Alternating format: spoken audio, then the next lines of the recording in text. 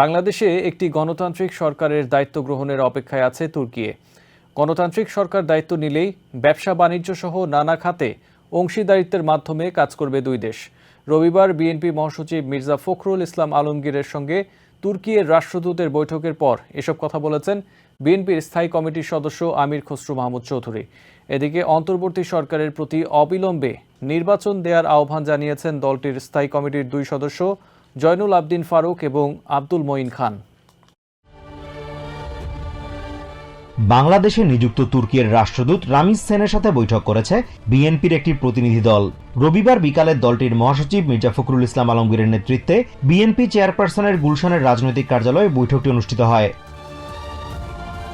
বৈঠকের পর বিএনপির স্থায়ী কমিটির সদস্য আমির খসরু মাহমুদ চৌধুরী এই বিষয়ে সাংবাদিকদের সাথে কথা বলেন। তিনি জানান, দুই দেশের মধ্যে বিরাজমান ব্যবসা বাণিজ্যের ক্ষেত্র বৃদ্ধির বিষয়ে আলোচনা করেছেন তারা। তবে বাংলাদেশের সাথে কাজ করতে তুর্কি একটি গণতান্ত্রিক সরকারের দায়িত্ব নেওয়ার অপেক্ষা করছে বলে জানান তিনি। তিনি আশা করেন নতুন নির্বাচন কমিশনারদের শপথে নির্বাচনের পথ সুগম হবে। এই বিএনপি নেতা আরও জানান, আগামী দিনে রোহিঙ্গা সমস্যা সমাধানে তুর্কির সাথে একত্রে কাজ করার বিষয়েও আলোচনা করেছেন তারা।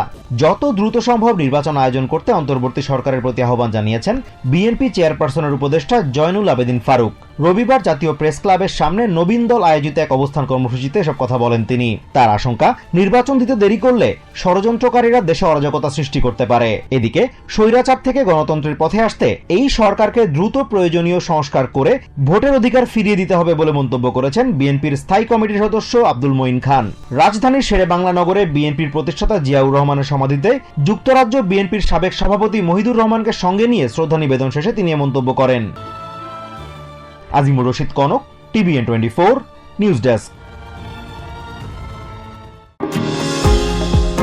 নিউ ইয়র্ক থেকে সম্প্রচারিত টিভিএন 24 টেলিভিশন বিশ্বজুড়ে বাঙালির কণ্ঠস্বর।